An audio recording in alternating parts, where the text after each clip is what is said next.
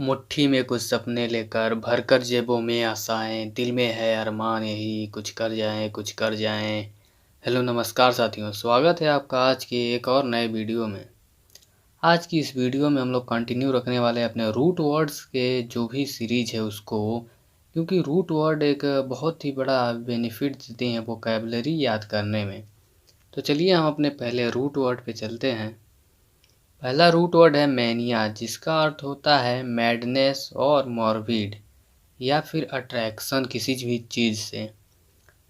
यानी मैनिया जिस वर्ड में भी रहेगा उससे का मतलब होगा किसी न किसी चीज़ के लिए वो पागल है, मतलब कि उसके अंदर उस चीज़ की चाह है। जैसे कि देखें तो मोनोमेनिया, मोनोमेनिया का अर्थ हो जाएगा a mania restricted to one thing और आइडिया।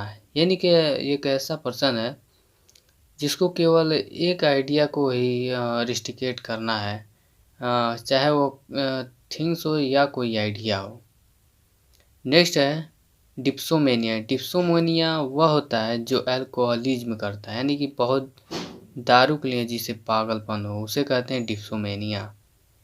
नेक्स्ट है क्लेप्टोमेनिया। क्लेप्टोमेनिया का अर्थ हो जाएगा cacoethes to steal in the absence of any economic motive. यानी कि किसी भी कॉकथोस जो होते हैं उसको स्टील इन द एब्सेंस में उस इकोनॉमिक के जो मोटिव होती हैं उनको हम लोग क्लेप्टोमेनिया कहते हैं।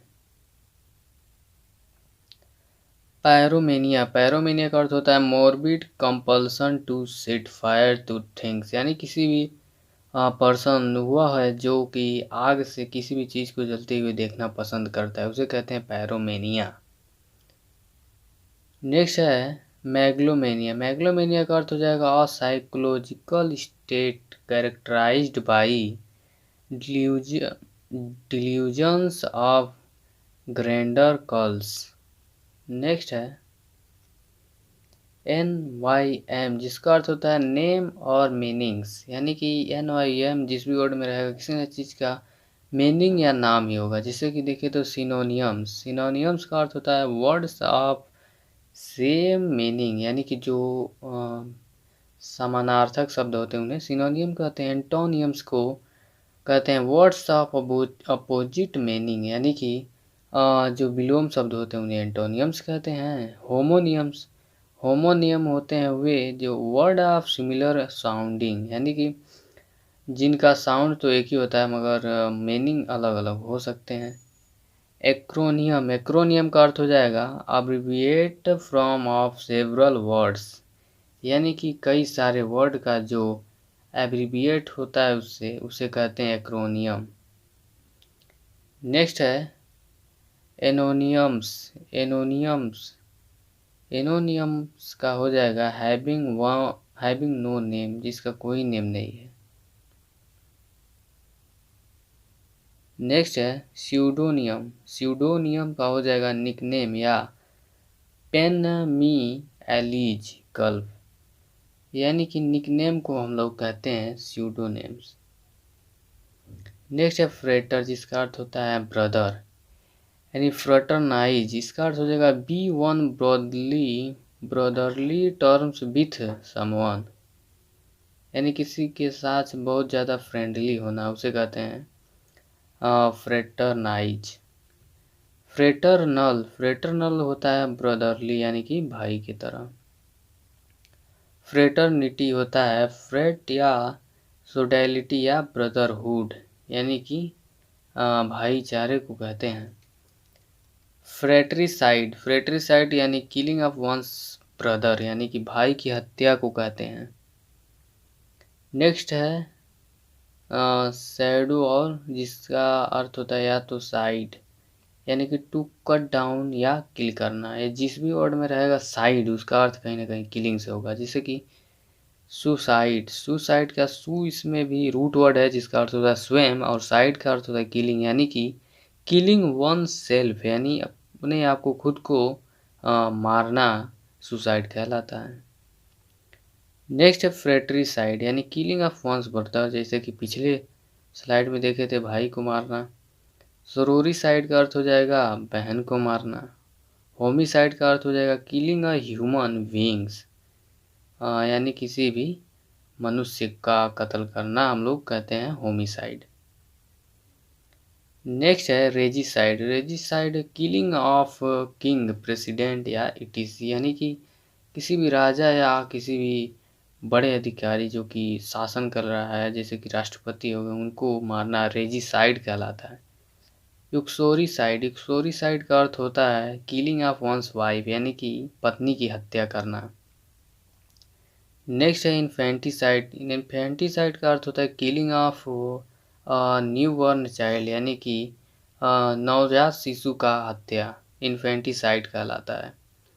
जीनोसाइड होता है killing of killing of a whole race of nation, यानी कि किसी भी राष्ट्र के पूरे राष्ट्र को मतलब कि तबाह करना, उसे कहते हैं जीनोसाइड। नेक्स्ट है वीरुसाइड। वीरुसाइड का अर्थ हो जाएगा एन एजेंट दैट इनएक्टिवेटेस और डिस्ट्रॉय वायरसेस, यानी जो वायरसों को ख़त्म करते हैं उन्हें कहते हैं वायरुसाइड। नेक्स्ट है इक्वी। इक्वी का अर्थ होता है इक्वल, यानी बराबर। इक्वी जिसमें भी रहेगा उसका अर्थ कहीं ना कहीं बराबर होगा।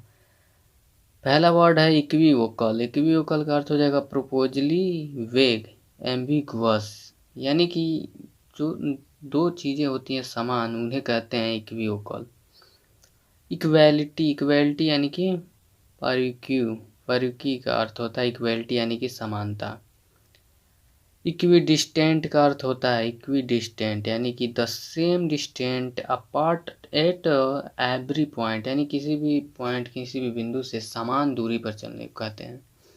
नेक्स्ट है यूक्नॉक्स। यूकिनॉक्स। यूकिनॉक्स का अर्थ होता है either of 2 times of the year when the sun crosses the plane of the earth equator and day and night are of equal length, यानी कि यूकिनॉक्स उसे कहते हैं जब सूर्य जो होता है कि भूमध्य रेखा के सामने पड़ता है और उस समय दिन और रात एक समान ही होती है, एक ही मतलब समय का होता है। नेक्स्ट है इक्वैनिमिटी। इक्वैनिमिटी का अर्थ हो जाएगा कंपोजर या कामनेस, यानी कि शांत रहना। नेक्स्ट है इक्विलिब्रियम। इक्विलिब्रियम का अर्थ हो जाएगा stable situation in which forces cancel one and other, यानी कि कोई भी सिचुएशन को जो कि दबावपूर्ण है उसको कैंसिल करने को इक्विलिब्रियम कहते हैं। तो स्लाइड यहीं समाप्त होता है। आई होप आपको ये वीडियो अच्छी लगी होगी, तो अच्छी लगे तो कृपया सपोर्ट करें। मिलते हैं नेक्स्ट वीडियो में, तब तक के लिए जय हिंद जय भारत।